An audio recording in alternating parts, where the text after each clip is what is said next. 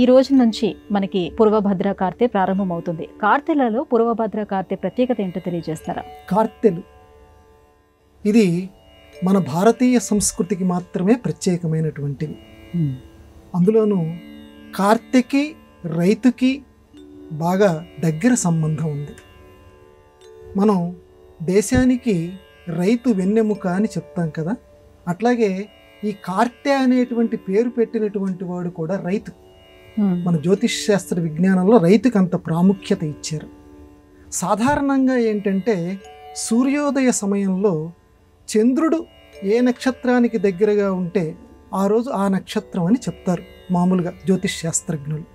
అలా కాకుండా సూర్యోదయం అప్పుడు ఆ సూర్యుడు ఏ నక్షత్రానికి దగ్గరగా ఉన్నాడో చూసి రైతు దానికి కార్తె అని పేరు పెట్టాడు.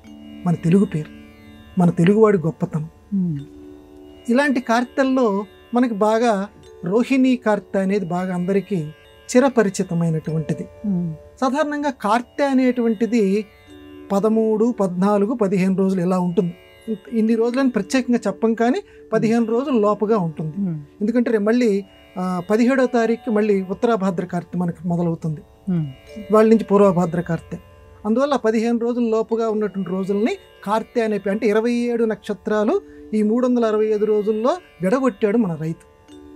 ఈ కార్తెల గురించి అమోఘమైనటువంటి సామెతలు కూడా మన తెలుగు నాట ప్రసిద్ధికెక్కి ఉన్నాయి. ఉదాహరణకి రోహిణీ కార్తెకి రోళ్ళు పగులుతాయి, అంత ఎండ వస్తుందనంట. అలాగే ఉత్తర వస్తే ఉత్తర వచ్చిందర ఎత్తరగంప అంటారు. అంటే మన తెలుగువాడు సామెతలతోటి మన సంస్కృతిని బతికిస్తూ ఉంటాడు. అలాగే ఈ పూర్వభాద్ర కార్తెకి వచ్చేసరికి అన్ని అపూర్వమైనటువంటి కార్యక్రమాలు నీ జీవితంలో జరుగుతాయి అని ఒక సామెత ఉంది. అంటే అందరికీ జరగకపోవచ్చు, కొంతమందికి జరుగుతున్న పూర్వభాద్ర కార్తెని ఆ రకంగా గౌరవించారు. మొత్తానికి ఏంటంటే మన తెలుగు సంస్కృతికి ఒక దివిటి కార్తె అనేటువంటిది, అది మర్చిపోకుండా ప్రతి వాళ్ళం కూడా గుర్తు చేసుకుంటూ ఉండాలి. ఎందుకంటే అమ్మని ఏ రకంగా మర్చిపోకుండా ఉండాలో మన సంస్కృతిని ఆ రకంగా మర్చిపోకుండా ఉండాలి. అలాగే రైతన్నని కూడా మర్చిపోకుండా ఉండాలి. ఒక కార్తె పేరు తలుచుకుంటే మనకి అన్నం పెట్టినటువంటి రైతన్న మనకి గుర్తుకొస్తాడు. అందుకే రైతుకి కృతజ్ఞతగా ఈ పూర్వభాద్ర కార్తె అనేది మనం తలుచుకుంటున్నాం.